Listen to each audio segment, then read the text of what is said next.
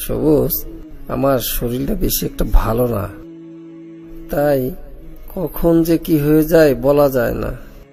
ভাবছি আমার যে বিষয় সম্পত্তি আছে তোদের সবার নামে সমানভাবে ভাগ করে দিয়ে যাই। বাবা, তুমি যেটা ভালো বোঝো সেইটাই করো।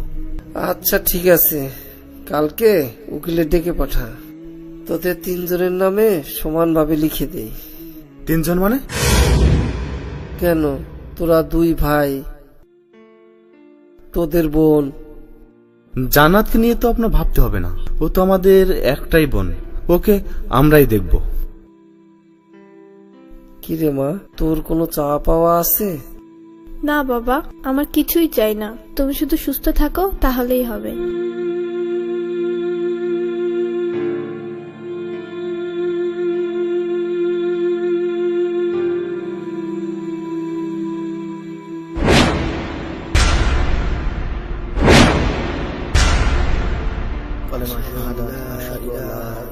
ইমাম সাহেব, আমার কিছু কথা ছিল।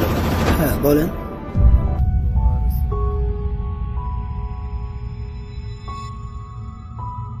এই মুর্দারের কাছে আমি 50 লক্ষ টাকা পাই, এর ফয়সালা কে দিবে? আচ্ছা, আমি ওনার ছেলেদের সঙ্গে কথা বলছি।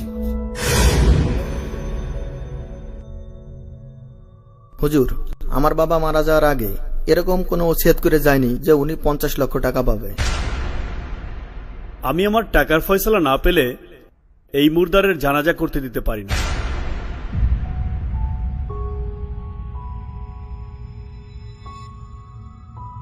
কি করবি এখন? তোর সম্পত্তির ভাগ থেকে দিয়ে দে। কেন আমার সম্পত্তি দেবো কেন? তোর সম্পত্তি দে। তোর সম্পত্তির ভাগ থেকে দে। তোর সম্পত্তি থেকে দে। আরে তোর সম্পত্তির ভাগ থেকে দে। শোন, তাহলে এক কাজ করি, বাবা তোর বলতে আসছে না কে 50 লক্ষ টাকা পাবে, আমরা সরাসরি বলে দিই দিতে পারবো না। ঠিকই বলছিস। ইমাম সাহেব, আমার বাবা যখন বলে যায়নি তাহলে আমরা এই টাকা দিতে পারবো না। সে যদি এই টাকার দাবি না ছাড়ে তাহলে আমি এই জানাজা পড়াইতে পারবো না। ইমাম সাহেব, এই ব্যাগে কিছু গহনা আছে যা বিক্রি করলে উনি বেশ কিছু টাকা পাবে। তারপর উনি যদি চান আমি সারা জীবন ওনার বাসায় কাজ করে ঋণ পরিশোধ করব।